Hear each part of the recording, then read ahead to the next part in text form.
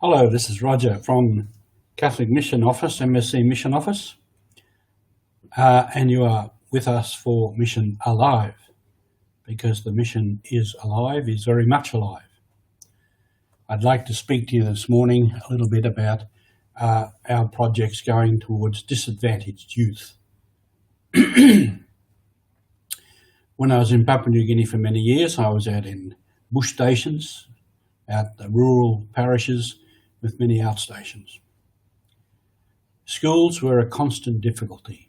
We had these little schools right in the remote areas, could be 1 hour or 2 hours on a bad road, and then 2, 3, 4, 5 hours walking to these little schools, mostly built out of what we call bush materials, with an iron roof and very little else. So remoteness of schools was one thing, stopping kids going to school, and also then achieving some gainful employment from the schooling.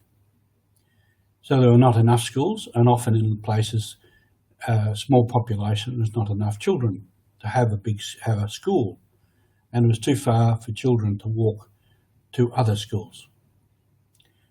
There was a lack of school fees. Because of the remote areas, there was no industry, no cash economy, very much, and it was difficult to get to market, to sell goods, to have money. The roads were bad. The infrastructure was certainly not well developed. And often in places there was a lack of cash crop and accessibility to markets to sell a cash crop.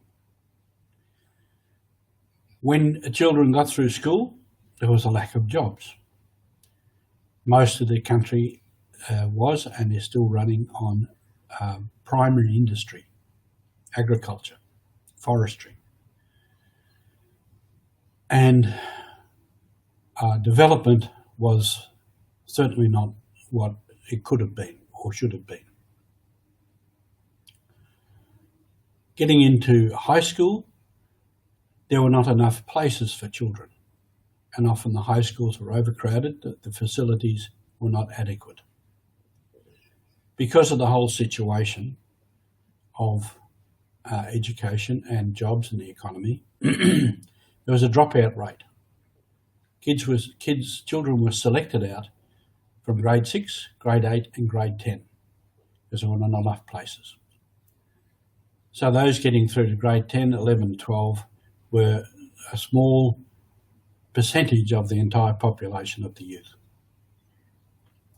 Those who dropped out were often disappointed, frustrated, felt they were no good, felt they were lesser citizens. Some could go back to the villages if they came from rural areas. Others stayed in the city with families, often in settlements, seeking jobs, maybe getting some work, but not work that you really needed an education for. So a lot went to crime because of frustration and anger with the system. And so you had a big crime rate. These are wider economic, political, cultural reasons why we have a lot of disadvantaged youth needing help. And this I quote from Papua New Guinea because that is my experience, but in other countries there are similar stories. And also on top of that, in general, the world population is increasing. Population in Papua New Guinea is far greater than it was at independence, far greater than it was when the first explorers arrived. Increase in population, increase in the number of children, difficulty of providing enough schools and teachers and everything else necessary for education, and at the other end there were not enough jobs. There is no real big industrial base that generates jobs.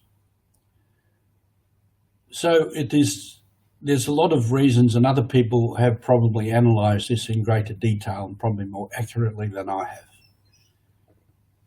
So we cannot solve the problems.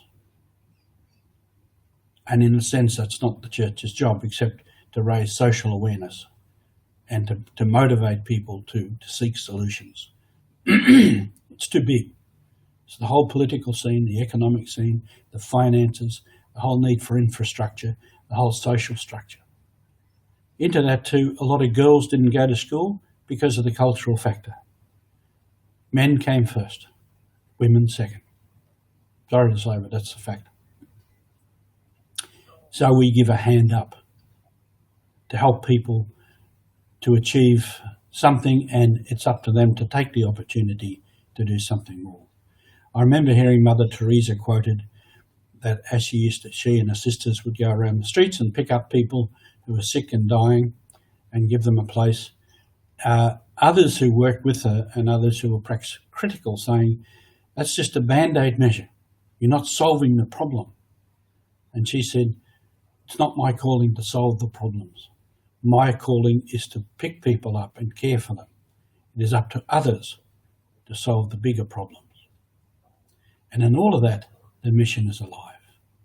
So if we're working for for social justice, for social change, for infrastructure change, it's not divorced from Christian mission, because that's where we're giving people a better life.